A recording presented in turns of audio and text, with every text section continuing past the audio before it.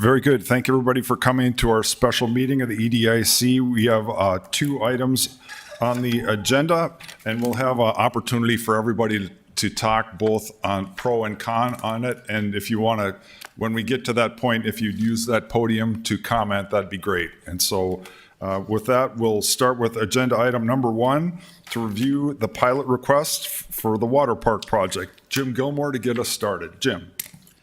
Thank you. This is a request from Epic Companies for a 17-year pilot property tax exemption. Their specific request was for really kind of 2 buildings, one being the water park and hotel combined, and another building to be, determined later. As part of this development, they would build a parking ramp of about 500 cars. That would be basically free and open to whoever would want to use it. So certainly anyone going to the water park or other parts of their development would use it, as well as some, it's in fairly close proximity to the curling club and a youth hockey arena that's up in that area, as well as all the softball diamonds in the summer.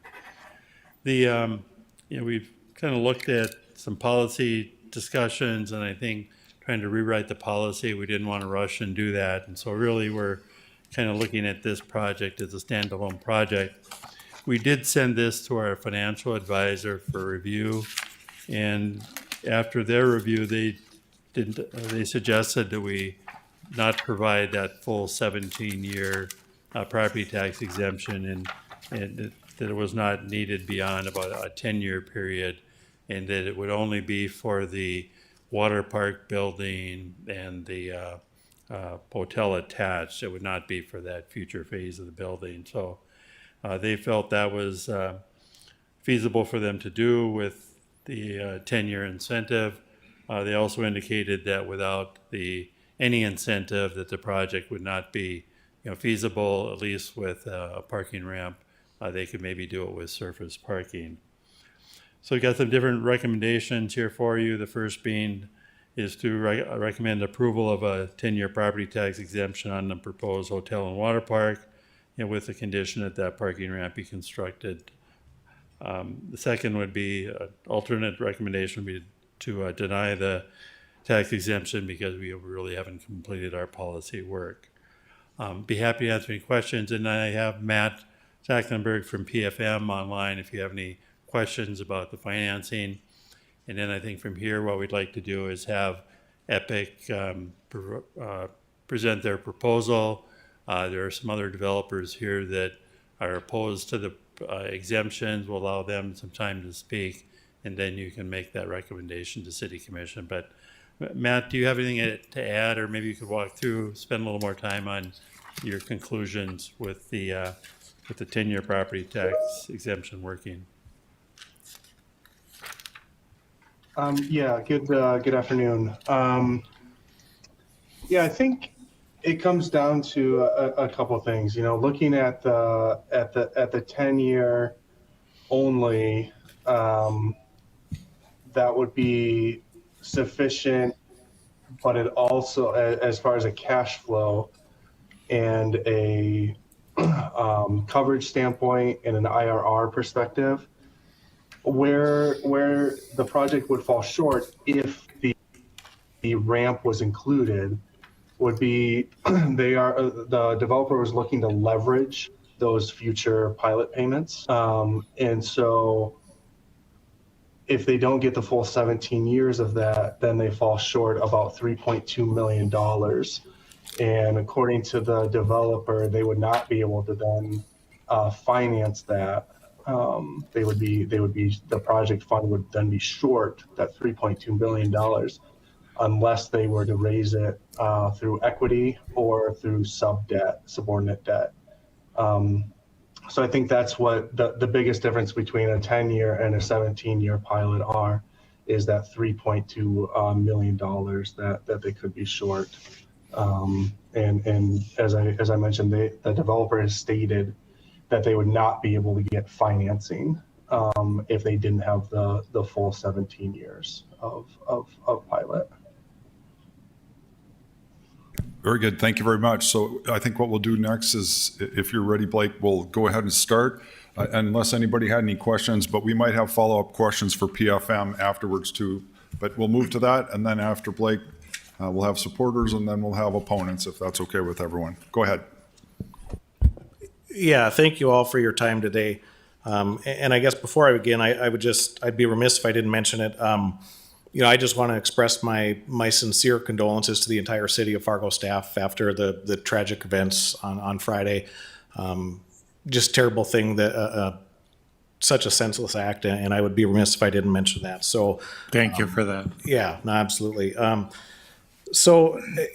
we're looking at this, not a lot of new information today, but if you take a look, this is kind of the crux of what we're proposing here in our summary form. So the site plan on the left is depicting full build out of the entire 16-acre site as we're proposing it.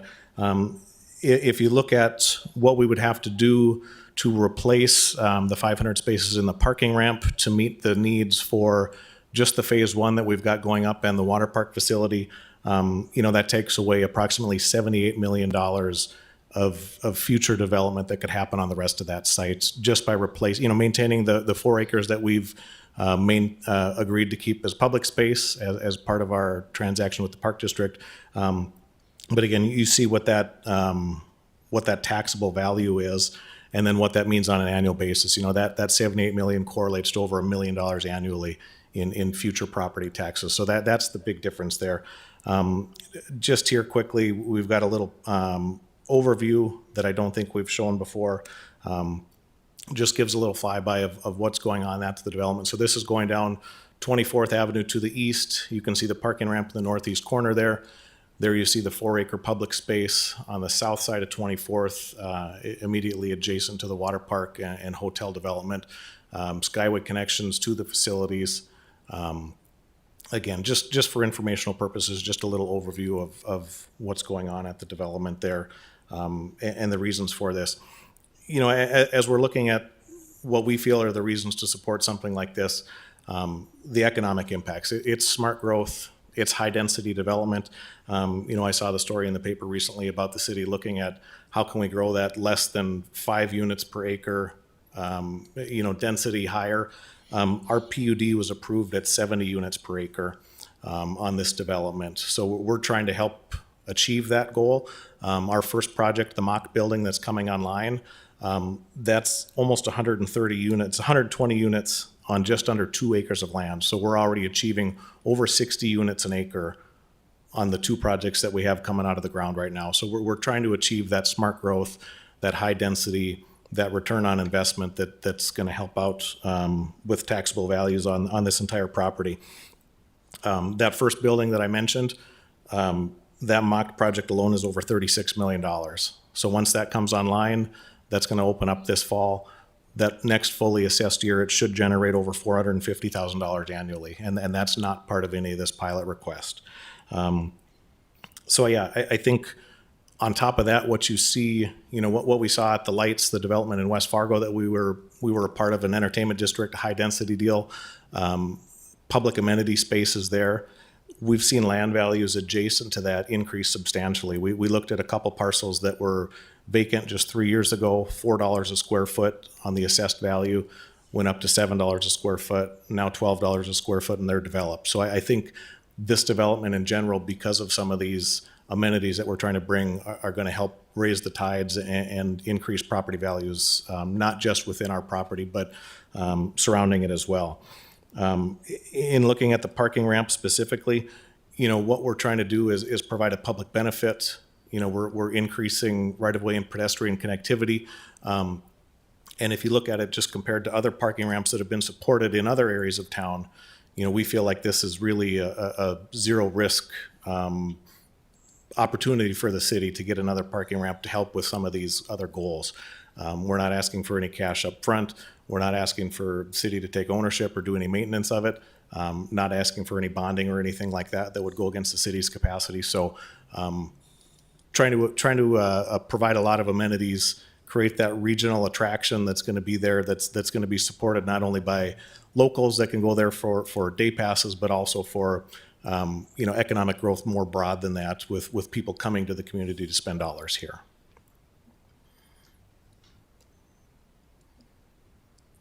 I think that's all I've got.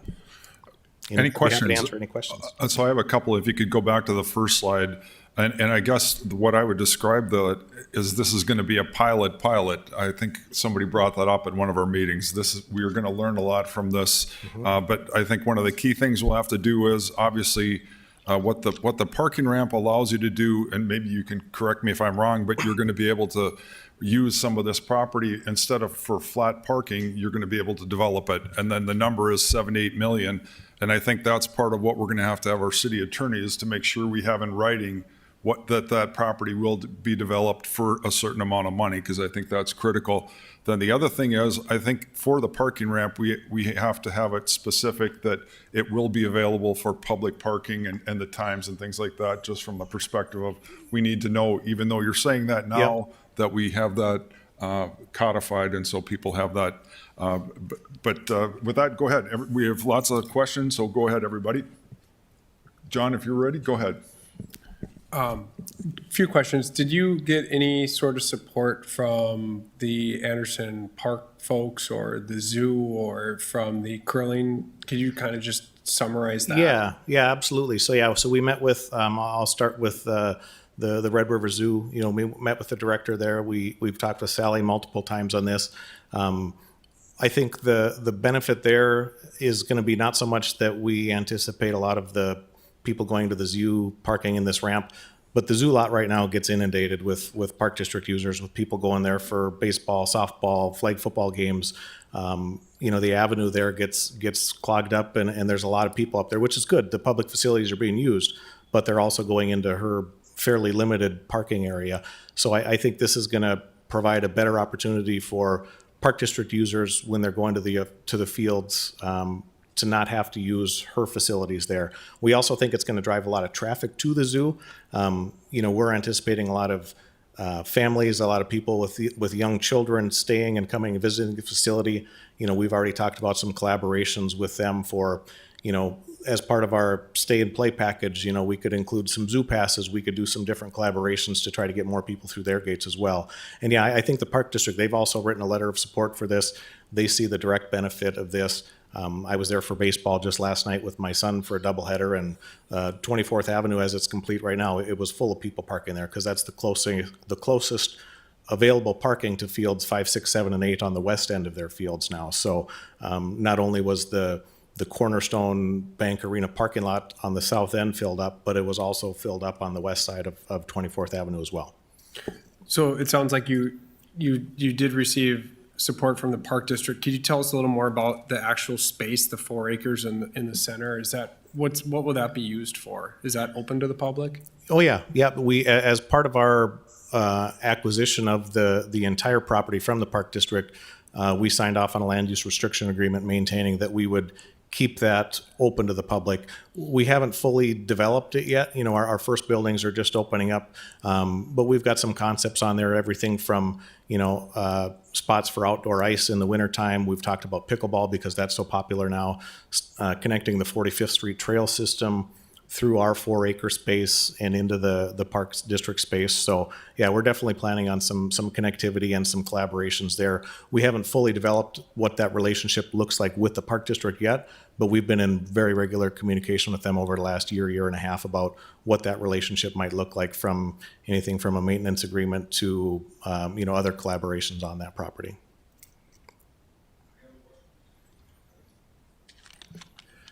Thanks for the walk through the presentation. I think this is the most clear understanding that I've gotten so far on the differences of the two plans.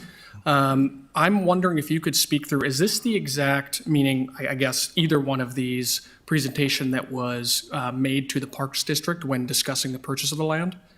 Or is this a different? No, it's evolved a little bit. The 4 acres, at one time we had shown, the possibility of having a small baseball field out there. When the Park District was looking at reconfiguring some of their space, adding a tournament field to the southwest corner of their acreage over there, we've talked about a lot of different things. So At one time there was a sledding hill that was going to be on there. We were just trying to demonstrate some different public amenities that could develop on this 4-acre space. Sure. And the reason I ask is because obviously there's been a couple of letters that have come back and forth. And I think it's important that there's an understanding that the agreement that was made with the park, that the additional 78 million in development is on top of what would have happened before, given that there'll be an additional tax benefit to the taxpayers and taxes generated. I guess that's my question, if that makes sense. Like there was one proposal given to the parks when the purchase was made, and now this is an additional proposal that'll generate more taxes, which is why we are here discussing this benefit. Sure. I guess I'm not sure if I'm totally understanding that, but the plans have evolved a little bit from our original proposal. We did include the idea of a parking ramp with our original proposal, but again, there was no conditions of never applying or never being precluded from applying for any incentives in the future. I guess when we got into the purchase agreement phase, once they selected us to be the developer on this, we worked through the process. It was never a contingency that our offer wasn't contingent on receiving any benefits, nor were we precluded from ever pursuing them in the future. Got it. Yeah. So as long as I'm making it clear as mud here, the proposal to the parks was $180 million in development, or was it the $100 million in development? I'm not 100% sure on that. Okay. I'd have to dust that off and look at what was proposed there. It might even be somewhere in the middle. Sure. I'm not sure if I know entirely what that was. Again, I think in our minds, that gap may have been the same one way or the other without us knowing how that ramp was going to be financed. We just thought that we knew that we could do it with a ramp. So I guess I think we're kind of in the same position either way. Okay, sure. Thanks. Jim, can I ask you a question, if you don't mind me changing topics real quick? So with this chart at the bottom, it says the property tax. This is once the pilot is concluded, that would be 2.3 million. Is that each year? Is that correct? And then without the pilot, if they did not do the development, then it would be 1.3 million. It's approximately right. I think that Right. effective tax rate is about 1.4%, or a little less in the West Fargo School District. So I don't know. And I guess the comparison the other question is what is the property tax being paid right now? I'm guessing it's quite a bit less than that, and maybe you don't have that number, but to have that in the future would be good for us. But Yeah, certainly when the park had the property tax was zero because it was all exempt, and so now it's primarily the land value. And I think if they bought it for about 8 million, it's probably close to that. I don't know. Okay. Mike would know off the top of his head. And that's maybe just a question for the future. And we have a couple of additional people joining us. So if you ever have questions, introduce yourself and go ahead and ask a question. And John Cosgriff next. As we approach this, and this is a great diagram here. So as I read this, with the pilot, we're talking 181 million total development. And without it, you would not even be building the hotel. It'd be 102 million. Is that? Yeah, and that's a demonstration just on if we didn't get the 500 space parking ramp, if we don't have the ability of that, we still move forward with the water park development to replace that 500 spaces. That's what all of that surface parking on the private property that we control represents. Maybe to clarify, the Wave Resort includes the first hotel and then the other. That would be a second hotel, or Yeah, the northwest corner is a second hotel, and we wouldn't have the capacity to do that on there with current parking requirements.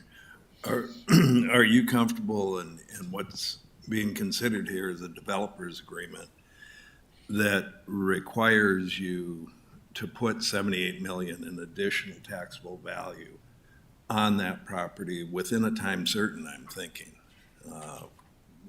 Is that something you're comfortable with? Yeah, absolutely. And if that were not to happen, Jim, what would happen? The pilot would be.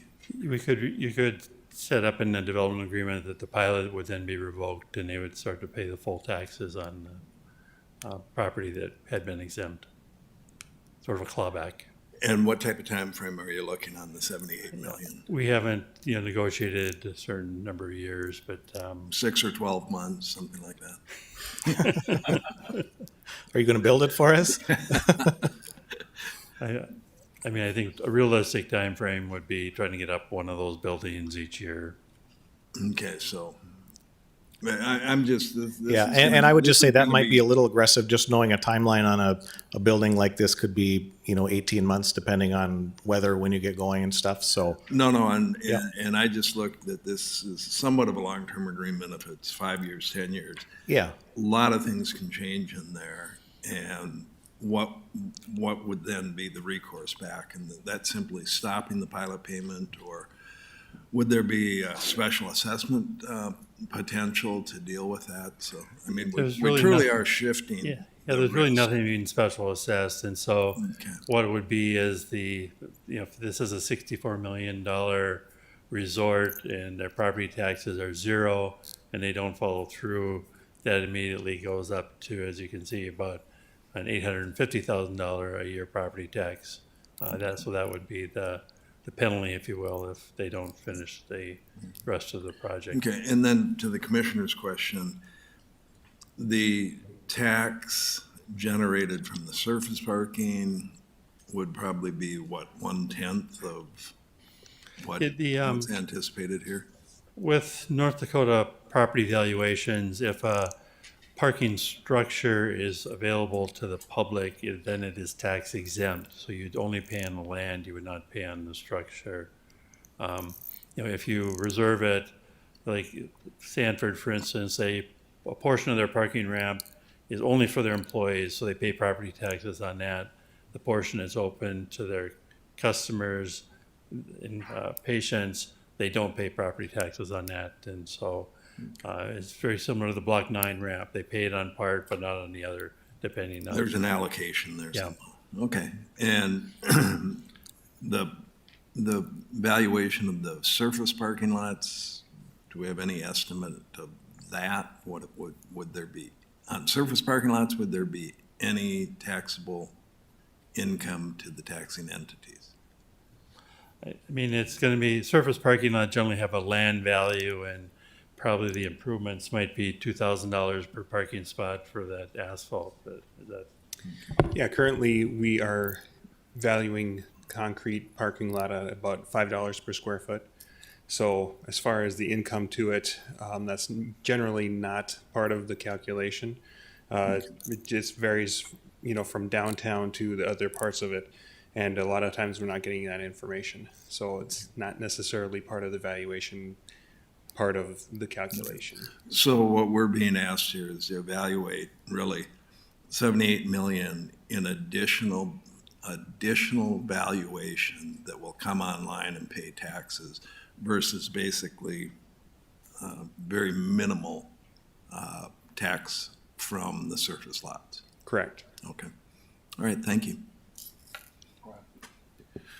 Afternoon, everybody. Levi Bachmeyer. I'm the business manager for West Fargo Schools. We have the privilege of serving as an ex officio member, but as most of the projects really are outside of our school boundaries, I've had pretty poor attendance. But I think there's been a lot of good discussion on the public benefit, which obviously we have an interest in from a workforce development, being one of the largest employers in the county. But I think the way that I think about this project from the school district's interest is about just the long-term density of our tax base, thanks to the diversion and the work that's been done. I mean, we do know that there is a finite amount of developable land within all jurisdictions, obviously including the school district. And so really trying to think this through in terms of how our incentives leveraged in a equitable way to ensure the long-term resiliency of our tax base, which is ultimately good for property taxpayers. So Blake, I think I got two questions for you. One to build off the question, from Lucas. I think reading through the letter at the end of the packet, there is an assertion, and I hope we hear from some of the folks who are here today, that the original sale of the land was conditioned on no incentives being put in place. So I guess would just be kind of curious to hear EPIC's response to that assertion. And then the second question is related to the return analysis. If I'm following the conversation correctly, EPIC has been saying 17-year pilot would be required in order to make this work economically. And if I'm understanding the PFM analysis, they suggest it would only be 10, and that there would be, a $3+ million gap. So just your response to that, agree with that analysis. If 10 would be able to make, I'll call it Project A and Project B, if Project A is $180 million, does a 10-year pilot incentive still enable that to move forward? Because I think that's the question as it relates to the but for, is not only is an incentive necessary, but to what extent? So just your reaction to the PFM document as well. Yeah, I guess my takeaway, I'll start with the latter question first. The conclusion on the PFM report, a parking ramp would not be feasible without public assistance. Agree totally with that. I guess the reduction from 17 years, which we've requested, down to 10 years, they're accurate in their analysis that the return on investment doesn't change substantially. I believe it falls within their acceptable range of, one was just over 15%, one was just under 15%, within 1% or so, plus or minus. The very significant impact to us going from 17 years down to 10 years is that $3.2 million gap on the net present value of those future tax savings. That's what we're leveraging to finance the ramp privately, is the 17-year value of those tax savings on both parcels, so that we can pay for the parking ramp without any other financing. So that leaves us with a $3.2 million gap when you look at the present value of those savings from 17 years down to 10 years, which is going to create an issue for us, no doubt about it. I think our banking group, which BND is participating in, they've been basing everything on our most recent model, which we've been working off of as well. So, that'll leave us with a gap that we'll have to deal with one way or the other, if we can move forward that way. So, I agree with the report in a sense that the return doesn't have a very substantial impact, but that net present value that we're going to have to deal with, if that would be approved less than 17 years, is something that we would have to certainly take into consideration with how that impacts us moving forward. So, Can I follow up on that really quickly? So are you saying at this point Epic wouldn't be able to commit that project, the $180 million project would move forward with the 10-year incentive, or are you able to commit to that at this point? Well, so the $180 million is the entire development overall. Yep. So if one of the options is surface parking in lieu of a parking ramp, if it would get approved at less than what we've requested, I think our illustration shows if we had to build the surface parking to support this, it would be $78 million less than the $180 million. Right, and I guess that's maybe a better way to frame my question is if you have the $181 million project in green and you have the $103 million project in orange, and if I'm understanding you correctly, no pilot at all is orange, and 17-year pilot is green. You have increments of 1 to 16 years that fall kind of in between those gaps. Yes. And at a certain point, if I'm reading this right, PFM is telling us that at 10 years, you can make the economics of the green ramp work. So anything from 10 to 17 should equal, as far as an output, the $181 million project. 0 to 9 wouldn't, and then would probably justify on Epic's part making the economic decision to do the $103 million project. So is that your guys' understanding as well? Because if at a certain point, once the incentive gets too low from your perspective, you're going to move to the $103 million project versus the $181 million. Correct. This is telling me that at least the city believes that 10 years can still get you that $181 million project. And I guess we're curious to hear and your I think it could. thoughts on that. I agree. I think it could still get us there, but it leaves us with that $3.2 million gap on the front end. Okay. So as we're trying to finalize our financing package, we've got an additional $3.2 million to come up with. Now, we've been very successful in our capital campaign right now. We've got over $18 million committed to the project, which is we're $1 million over our goal. We need like $20 million total, and we're tracking. We're right there. So we're hoping that we can close on this in early August. But yeah, if we have to add an additional $3 million to that will certainly have an impact on us that we'll have to deal with as we're trying to finalize that. And maybe PFM could clarify this a little bit, because I think what I'm reading from PFM is that, yes, at the 10-year, they're going to either have to raise some more equity or bring in some more debt, but there should be the loan coverage there to bring in the debt or bring in more equity and still have a rate of return. But, you know, they'd have to do more work on it. So. Yeah. And then if I can follow up on that second one, I think, part of the issue looking at some of the minutes from the Park District's meeting in August, that there's some debate over kind of what the conditions of the original sale was to ensure that everyone had a fair opportunity on the bid. So I guess just to kind of hear from Epic's perspective, how that conversation unfolded. Yeah, I guess my recollection of it is there were no contingencies put in place where we could never seek any future tax incentives. I mean, the Park District isn't even an entity that gets to participate in a tax incentive like this. I believe we were asked a question of whether our offer was contingent on it, and it was not. I mean, we were upfront about it. We were intending to apply for tax incentives on the front end of the project, and so I don't think that there was ever a condition on us that we would never seek those again, nor was it a condition of our offer that we had to get them to move forward with the acquisition. Yeah, and I did speak with Brock Leitz, a business manager for Fargo Parks, and he confirmed that, and I think provided that information to you, that per the sale agreement, there was never a promise not to apply for incentives, and nothing was contingent on that.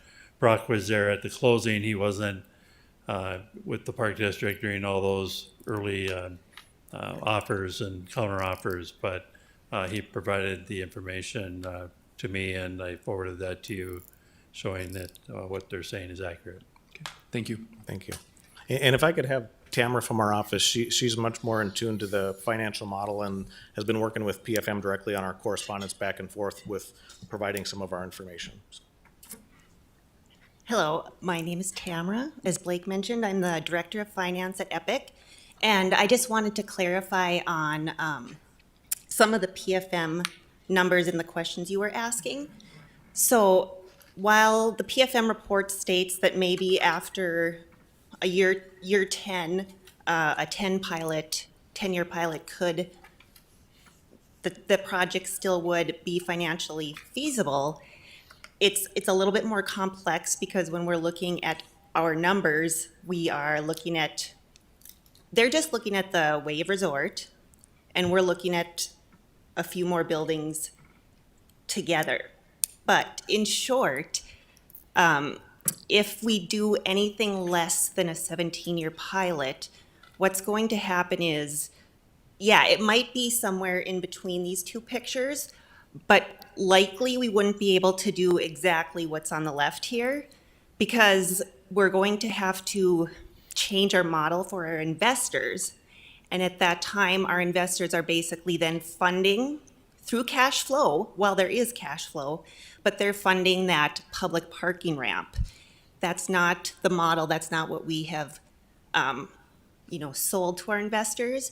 So either we would have to go with a model where it's not a public parking ramp so that we can have income coming back into our investors to cover that cost, or we're going to have to shrink the parking ramp so the investors aren't paying for that ramp out of their pocket.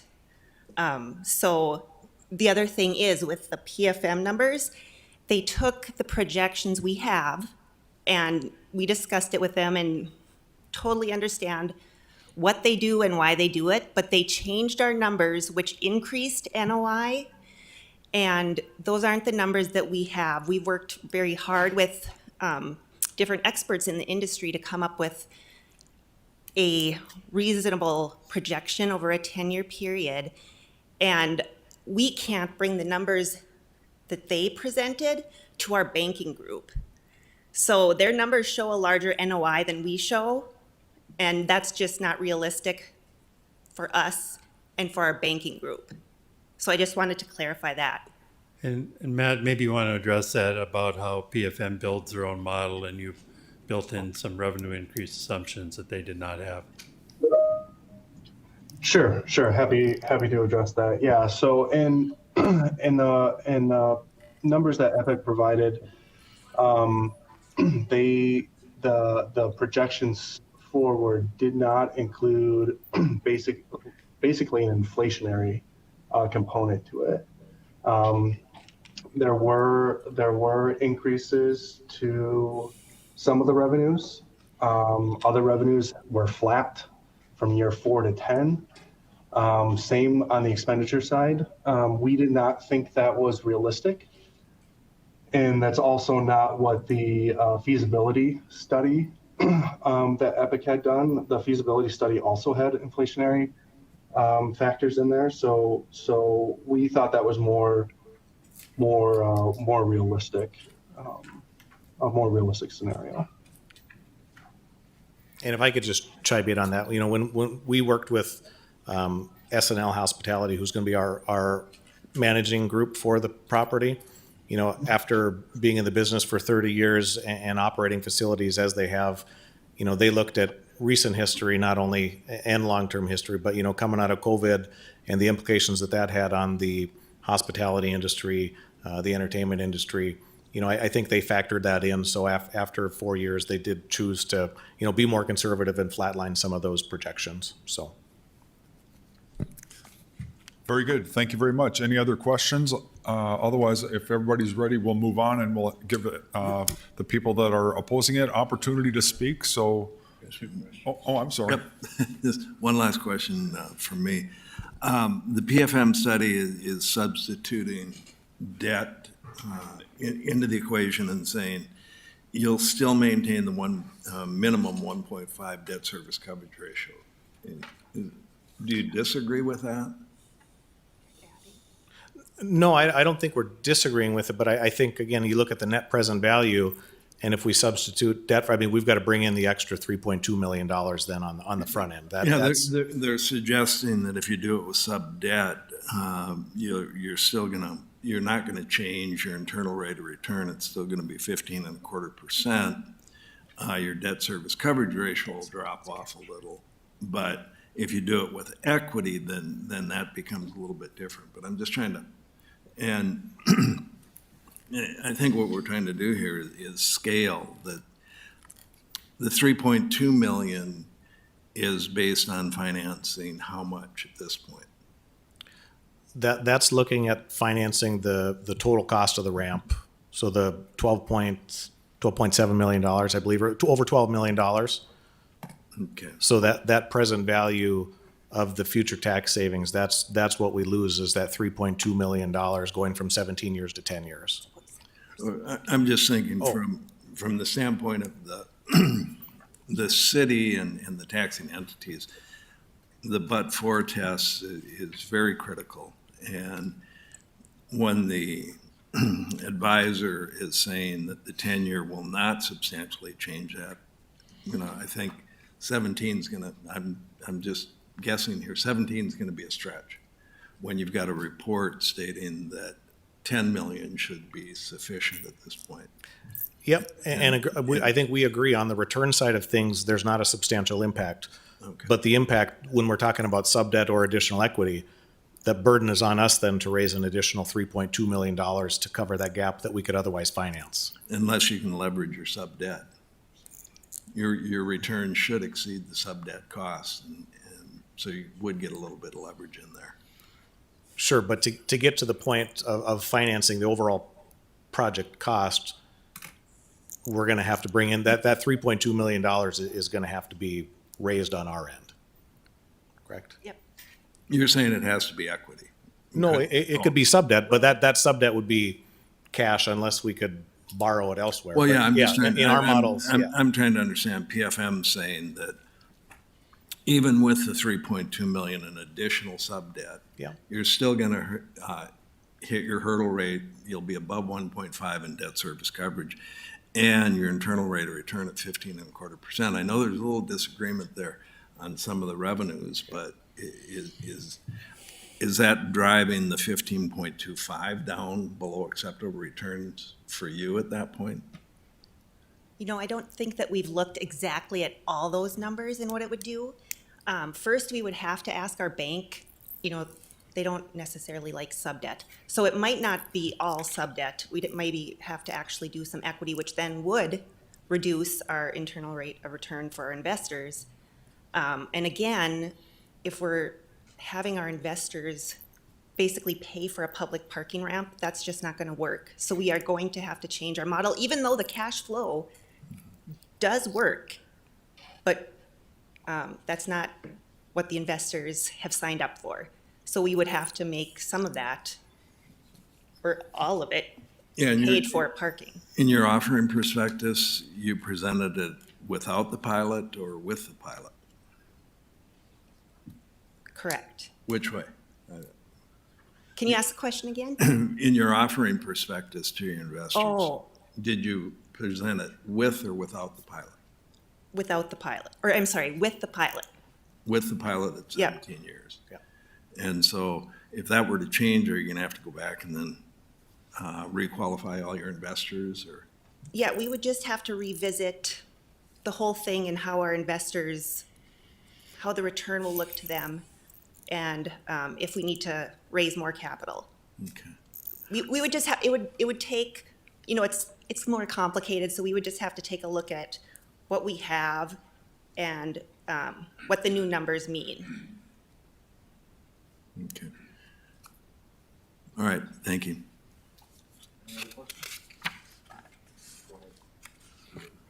Yeah, Matt, if you could, what were the escalators that you put in into our model? I'm just curious, was a standard percentage to represent that growth in revenue and expense? Yeah, I'll actually ask my colleague, Dan Duggan, to comment on that, please. Yeah, thank you. Dan Duggan here, also from PFM. We used a 1.5% growth rate on revenues and 2% growth rate on expenditures.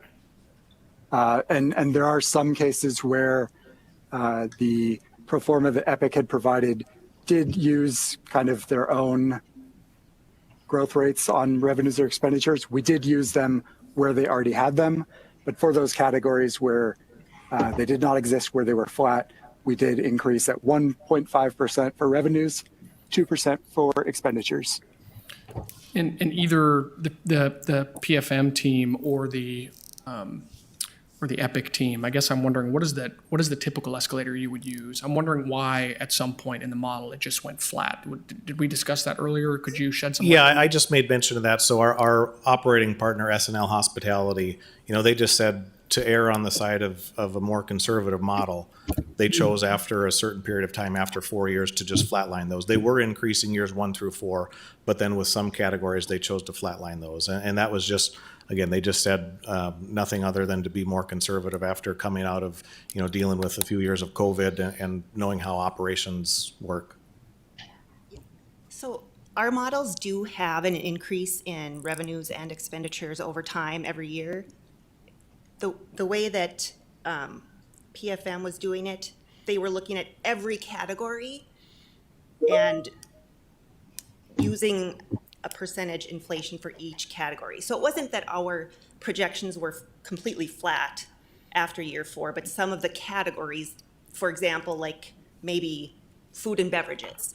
I don't know exactly, but that's just an example. So they just looked at it per category and then adjusted. Sure, thanks. Any other questions?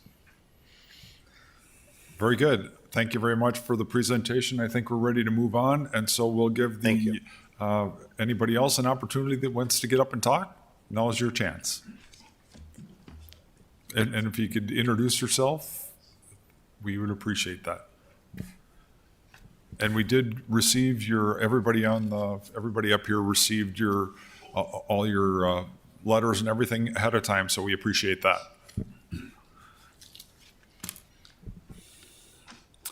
Good afternoon, and thank you for the time. And again, what happened Friday was unbelievable. So it makes some of this feel a little trivial, but I did feel it important to come up and just give some of my impressions. And we came in here 2 years ago, maybe 3 years ago, with the Eagle Ridge project that I'm a partner in. I'm speaking on behalf of myself, not my partners or anyone else. That's over a $200 million project. And we came in and said, hey, can we get a TIF? And we were kind of laughed out of here. And like, no, not even an option. And that's high density, mixed use, outdoor activities. we ended up doing underground parking with some surface parking to make it all work. And, and I appreciate the investors. Oh, we got to worry about investors. Well, I'm an investor. And when we're $3 million over, I got to find $3 million. I mean, that's just how it works. When you're a land developer, and that's why it's not easy. Cash is king in these deals. And I've never asked, we came in here for sweet shots and kingpins. Jim, you waltzed me out and said, no primary sector employees, jobs. Well, I would like to tell you how many Sanford and Essentia doctors we have rolling through playing golf, seeing that Fargo has some cool stuff now. And hey, the wave park's going to be cool. Yeah, that's going to be cool. But we did it on our own shoulders. We got 5-6 investors and we did it ourselves. And yeah, if we would have built a parking ramp out there, well, we're building a hotel. The permit's in for a hotel out there right now. We got some really cool concepts coming, and we could pack more in there, but we need surface parking because it was never offered as, hey, come on in and ask for free money from which I think the taxpayers of this town are not going to care for. But yeah, I know it looks like you're going to get it back, but the project has to work for you to get it back. And that's always something that you have to remember, that if the project doesn't make it, taxpayers are going to lose. And I just think you're starting to open a Pandora's box that I don't know if you want to go down, because I love this town, and I don't want to be sitting here fighting with this town because you won't do the same for the next guy that you're doing for this group. And if it was a blighted area and I don't mean downtown's blighted, but hey, it needed parking. It needed some, and Doug came in and did a lot of stuff. The Kilborn group came in and did a lot of stuff to really make this town way better. And you guys did some parking ramps. They were needed.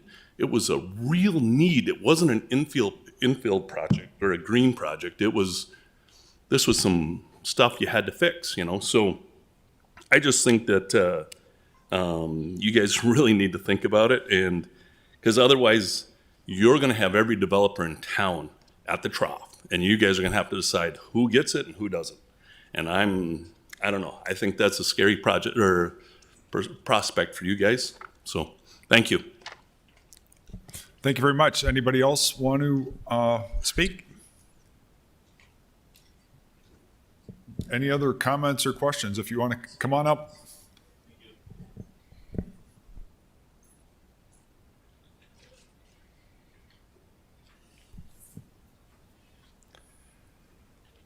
Which microphone, left or right, or both?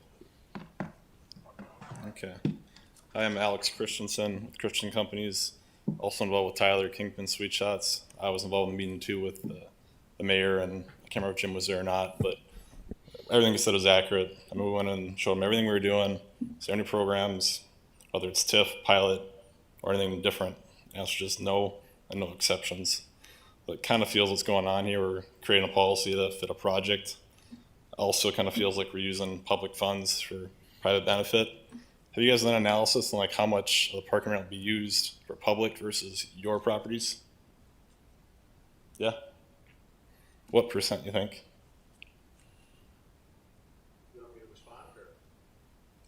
I think it'd be better that you can just make your comments. I honestly, I don't know. I was just curious, but okay. That and yeah, my background's a CPA, and I've done real estate finance for 10 plus years with my family company. Before that, I was a public accountant. And the 150 debt coverage kind of struck a chord with me. I mean, every project we look at, it's below that. I mean, that's a very high return for a commercial real estate investment in today's environment, especially given the high costs and high interest rates. So, we bid on this land too. It's very prime land. And I wasn't saying, and there's a lot of kind of miscommunication. I didn't say that you promised you would not do a TIF. What I said was their offer was not contingent on getting the TIF.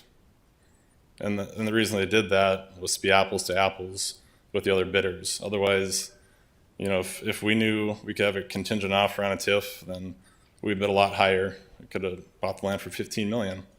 And that's kind of the reality of it. You got to add that as a value. You could discount it in less than that, but anyways, that's kind of viewed as getting a discount. And they did have it originally in there as contingent, and they took it out later.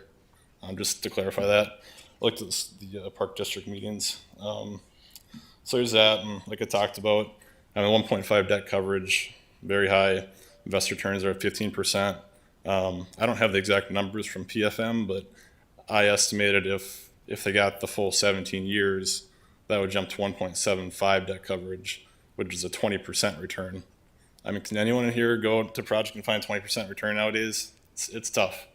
Like 99 to 100 projects to look at are not at that rate. So it's like, I feel like, I'm going to use a water park for sure. We're not against the project. No one in this room is. Like, everyone wants it. Everyone would benefit from it. But if I go there and I know like the investors are making 20% return compared to the 14% they could be making, just if they didn't take incentives, I'd feel a lot better using it. So those are a few points. Yeah, and I didn't mean to attack you at all about the parking. I just was curious if you knew. But anyways, yeah, that's about all I got. Any questions for me? Any questions? Thank you very much for your comments. Anybody else want to speak? Any other comments or questions from the panel up here? There we go.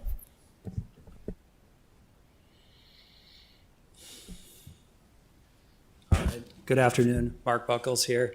Appreciate you taking the time, and again, to Tyler's points, it seems trivial with everything that's happened, that we're fussing over our daily life, and we should all be thankful, of course, that we can be here today and just doing what we're doing. So really it's a business decision here. We all appreciate and really appreciate what they've done in the community and other developers and the work that they do. One thing that I just wanted to clarify is, with the contingency on the TIF that was talked about, is that 100% they are correct, that it was not contingent. Actually, I believe they said openly that they would pursue a TIF and that they could, you could tell them to pound sand, which they did pursue a TIF. Now, the project has evolved and changed, as they said, and Blake had pointed out. And in that time frame, the water park has been added. Initially, per the rating system that the park board had put out, it was $150 million. So we were talking, was it 100? Was it 180? You take 150 3 years ago and you add inflation. If the project that they had said at that time could be done without a TIF, just the parking ramp would be the only thing that would not be there at $150 million. Maybe it was then less the parking ramp. But I just wanted to clarify those things because they were talked about.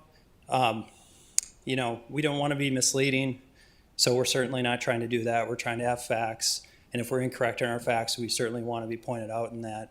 And those are all public records, which Alex had drafted a nice email just attaching some of the minutes and some of the statements that were made and so forth. So we were originally, just full disclosure, we were originally one of the bidders. We were the high bidder on the property. They had a better concept with higher valuation, and a TIF contingency was removed, which was initially pushed in. So that's kind of what Alex was referring to. 100%, they never said that we would not pursue a TIF. I think it actually was the opposite. We will pursue TIF, and we could be told to pound sand, and no. And the value that was talked about at that time, which is in the description with the Park District, comparing our two offers, was $150 million 3 years ago. So I just wanted to point those things out. Again, we're not trying to attack anybody. We pay a lot of taxes in the community as well, all of us collectively as developers, a huge amount of money. Other projects had kind of been disregarded. We're all for a lot of the things that they're talking about, such as density. If we want to address at the planning level, so every developer here would be able to have the same standards of less parking count, more density units per acreage, we all would like to do that. We'd like to take the open spaces in our current properties that have already been developed and play and do that as well. But we really want it to be really collectively together rather than one particular project. I know the number that was thrown out, I think earlier, was 70 units per acre. PUD, project can do that. Also, the other thing that kind of struck me just with the presentation that I just want to clarify is I get that they're pointing out two different taxable situations with pilot, without pilot, but what would really happen, because we don't need to, we're probably getting away with a little less parking requirement. So since it is a PUD, I think they had mentioned it probably would be somewhere in between. So I just didn't feel like that was a fair depiction of, okay, we have without pilot, we have with pilot, and this is a taxable difference that we're all looking at here today. Yet it's somewhere in between in terms of the project. So that just struck me as a large taxpayer. Just, I know that the funds with the police department, with the fire department, with all the needs in the community, rising cost of housing, entry-level housing, tax abatements, things of that nature, it all comes from somewhere with the total budget. So those are important things to really be good stewards of the dollars and really analyze it and appreciate it. We really have to make sure, and I know all of you at the panel here are really taking that into consideration and asking great questions, so we just appreciate that. So really that's my position here. So, and again, I apologize if everybody felt attacked, because that's not really our intentions at all. In all sincerity, we appreciate everybody else's jobs and the job that they're doing. We're all trying to do a job every day. So appreciate your time. If you have any questions for me, I can stay up, but otherwise Any I'll sit questions down. for Mark? Very good. Thank you, Mark. Go ahead, John.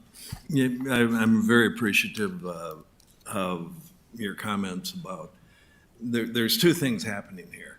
We have a pilot request in front of us, and the second part of the agenda we may not get to, being a policy if we were to do those things, because this group, I think, recognizes we put parking requirements in which drive costs up and reduce density.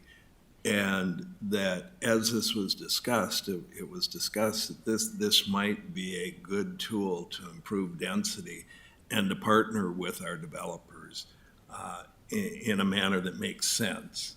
That if we get higher density, all sorts of good things happen.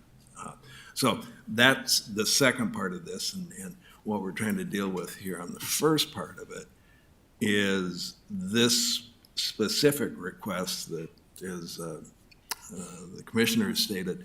We're sort of talking about a pilot program for a pilot program that we would bring to that. So there are two things happening here. One would be saying, do we go ahead and do this with this project, knowing that that's not the complete policy going forward? And so just that both things are happening here sort of simultaneously. Sure. But I'd love to have the discussion about removing some, of the burden of parking that, would help us improve density. I like the concept, but don't know what the numbers should be. But And I would say what's changed is we now have a finite border. Back in the day, Fargo did not have a finite border.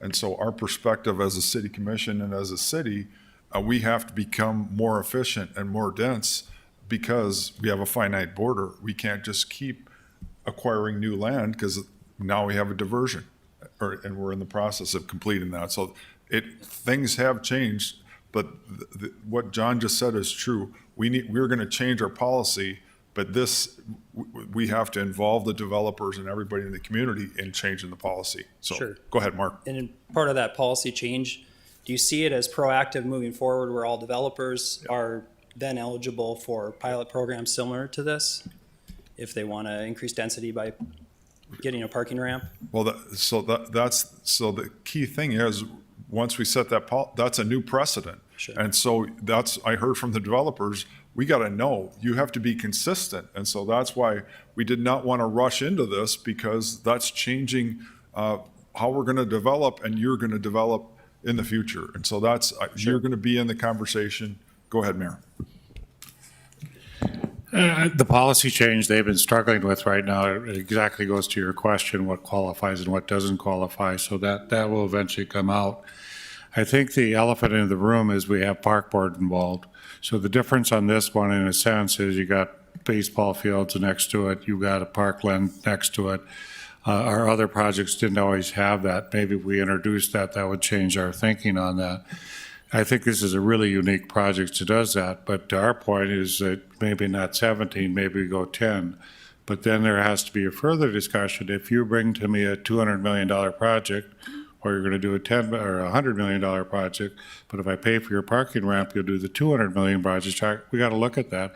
Yeah. And today's point, our density issue, it will be an issue in development going forward. This one is kind of this project has kind of been all over in a sense, but the zoo comes to us, the park board comes to us, different people come to us and say, we think there's a public good here as well. And that's what we're wrestling with, is you have free parking for people. And as you know, downtown flourished because you finally had 3 parking ramps, people could come downtown, and that has really helped the downtown. Yeah. The other comments that you guys have made is very much right, brown space versus green space, which ones do you like and which ones do you favor? So the group has to rediscuss the policy, and that's what we're going to have to get out of this, because that's, I think the members here have struggled a bit, is if we're changing policy for just this one project, what are we going to do for everybody else? So I thank your industry for coming out and talking about that. Sweet Shots has just been fantastic. You are right. It's something that we never expected. It came in the community, and people are just all over it and having a great spot. And it is what you spur development and what comes up around it as well. So understand the concerns and the pointing it out, because we need to hear from you guys. And that was great today. Very much appreciate that. I appreciate that. And to your point about the public benefit in terms of the adjacencies of the parking, are you, in terms of the staff, aware of any study in terms of what percentage? Because I don't know that fact. And we can certainly, you could address the presenter on that. But, you know, my son plays hockey. We're frequently visiting Cornerstone Arena, very into the pin trading that happens during Square International. And I feel like, again, this is my taxpayer hat on, that it is maximized out at that time. But that is the maximum use of that particular facility. So again, I think that everything they're doing is great. I think that in beautiful design, and I can't say enough about that. I think that in terms of my taxpayer hat of thinking about, okay, what can happen then without that, and what was it valued at that time, and how it should be used, and what's the true, like how much of the public is really going to utilize that ramp from the zoo, which I think is, I don't want to say on the distance, but Boo at the Zoo is their biggest event, you know, and we frequent that as well. We're pass holders at the zoo. I can't speak to Anderson ball fields, but I can agree that I have seen it when people are all along the streets during ball games. But kind of what's the level? Like, let's just have that thought is, okay, if it's X amount of days per year, then does that make sense for a surface or shared surface lot in that scenario? Again, I know that's against the density, but you know, parking has changed, the needs have changed. It's talked about how the needs with many municipalities are reducing the need for parking because of people going without vehicles, because of Uber driving and so forth. So maybe those facilities are going to be fine and continue to be fine as those needs kind of are reduced in the future. So then it's almost segmented as, let's look at it here and let's look at it here. But that's all the comments that I have. I appreciate the time. And Thank you very much. Any other comments? Any other comments from the panel or any questions? John? Blake, I'm going to ask you impossible questions here. And some of this is just kind of anticipating and reading the room, reading the committee to some extent. But my feeling is that there may be support for a 10-year pilot. I don't believe there's support for a 17-year based on the PFM report, the but-for report. And I know your time's critical here in July, but I don't think we want to get in a situation where we would make a recommendation at 10 years and it goes to the commission, and then after that's done, come back and say, well, no, this is now what we need to change. Could could you give us a definitive answer to what the project would look like, what the taxable values would be, given a 10-year versus a 17-year?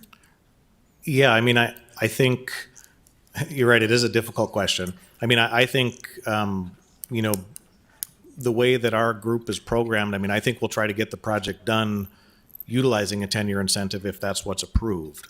You know, we'll try to do everything that we can so that we can continue moving forward with the project. I mean, it's obviously it's going to present us with some challenges.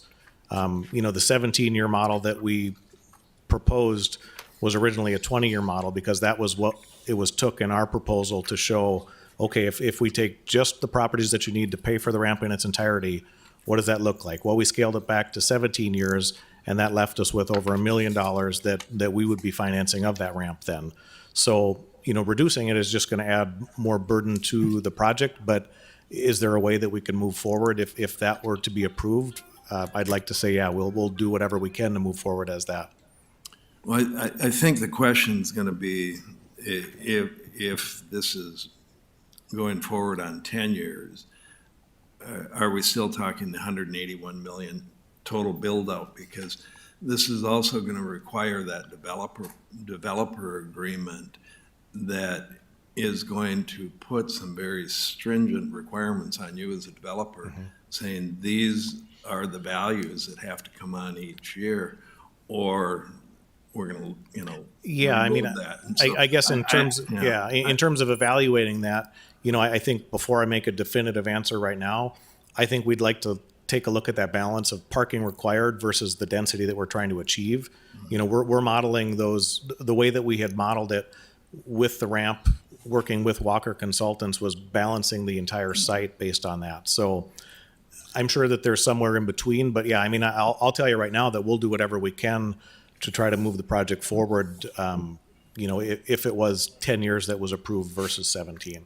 Well, and again, I'm just trying to figure out the timeline on this. July is slipping away from us very rapidly, but I don't know if this group would be ready to have a motion to recommend a 10-year pilot, but the backside of that motion has to be the taxable, additional new taxable value that participation brings. And I don't know if it's fair to ask you, you know, what that is. I don't know how to go forward with it. Well, I think, John, they've presented to what they have to us, and I don't think it gets a 17-year pilot through the commission. I just don't think, because our advisor said 10 years. So I think the best we could do is 10 years, and Blake's got to go back and look at it. Anticipation is you're going to have the highest amount of value you can get us on what we would like out of that. So I'll take the Band-Aid off and say a motion to approve a 10-year TIF. We have a motion. Do we have a second? Just clarify, a 10-year pilot. Yes, sorry. Just a question, Mayor. Is that contingent on a particular level of investment from, kind of to John's question, which I think is really, the back half is also important? Is that contingent I on think what we're seeing before us is 180 million. Yep. Yes. contingent on that level of investment? Yes. Okay. Yeah, at that level of investment, I would second the recommendation to the commission. We have a motion and a second. Further discussion. And if you don't mind, I'll jump in for but I think that's a critical thing. That's kind of what I talked about at the beginning. We have to have a very defined amount of time that they have to spend that amount of money, and also to have a clarification about the parking ramp as far as public use of it and things like that. I think those are critical things. Any other comments about that? Sorry to jump in. Go ahead.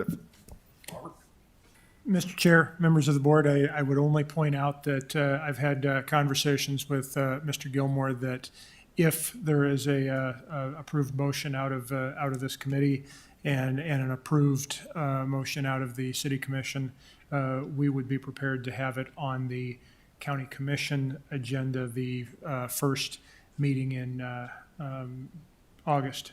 As I think some of you are aware, those conversations can get quite dynamic when they come to our board as well. So that would be our time frame if this moved forward with a committee vote and a commission vote here and then next Monday. Thanks, Robert. Do you want a roll call vote or? Okay.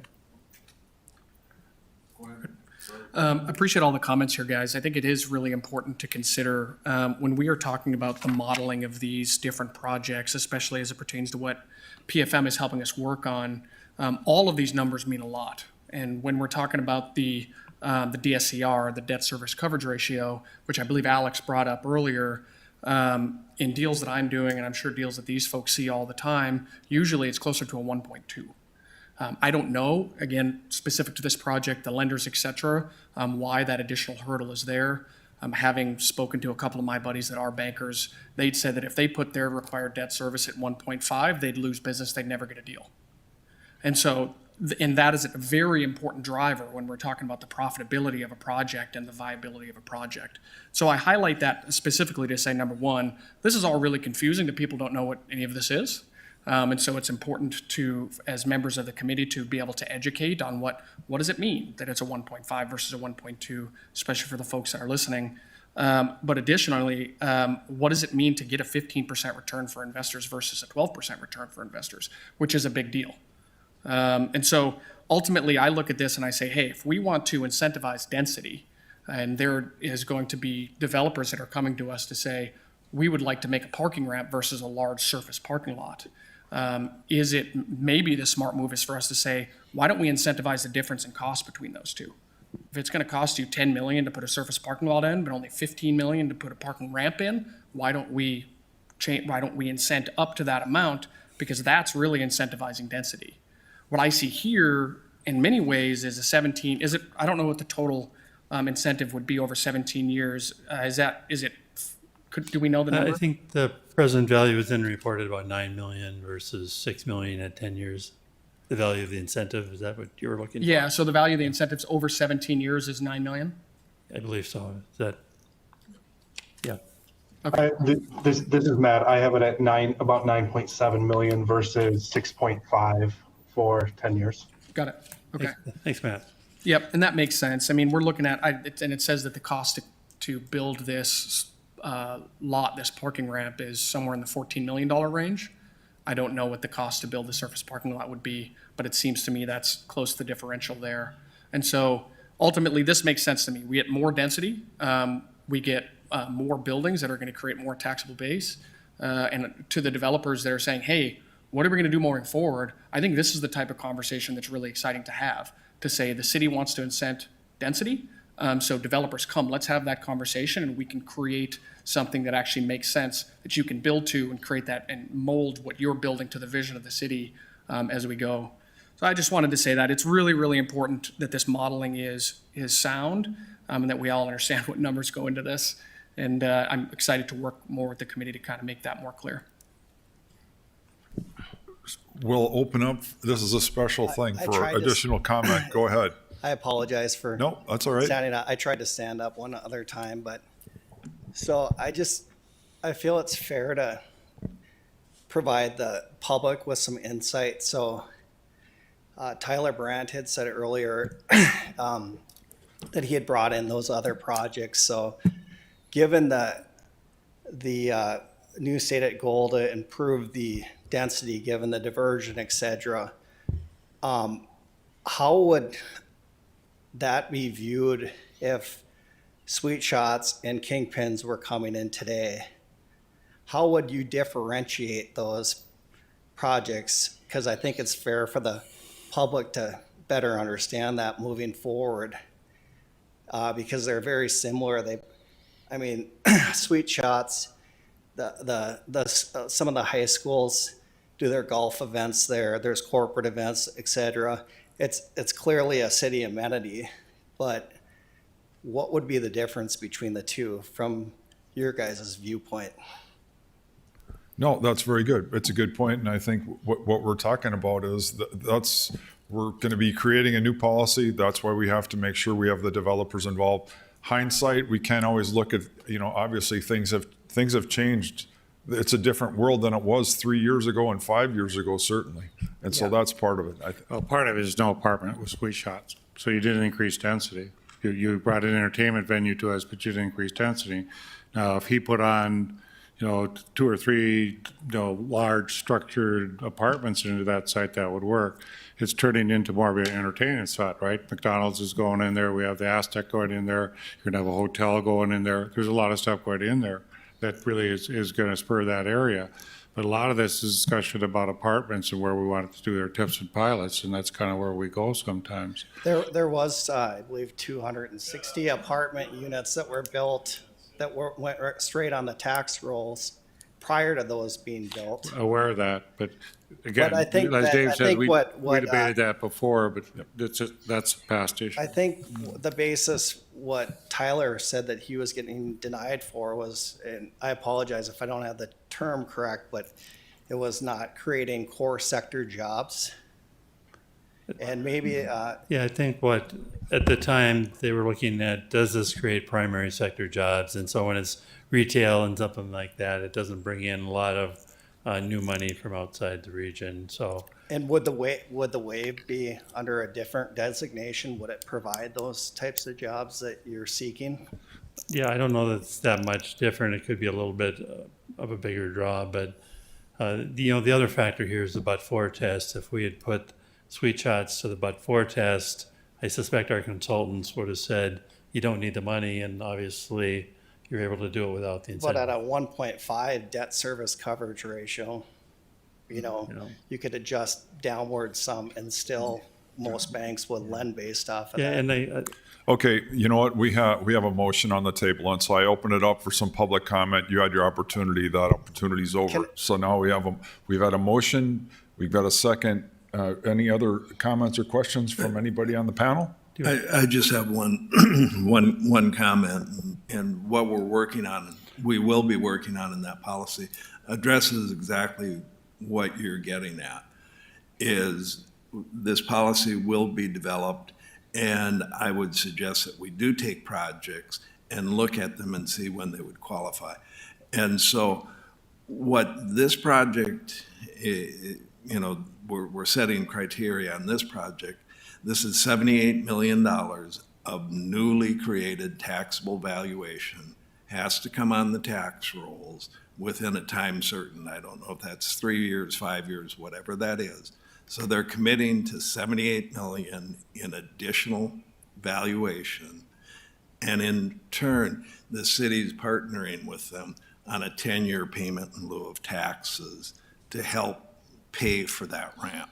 So for this project, yes, and I don't know going forward if the policy is changed completely, what those numbers will be, but I would really encourage the developers here and that aren't here to participate in that process, because it is a way to increase density.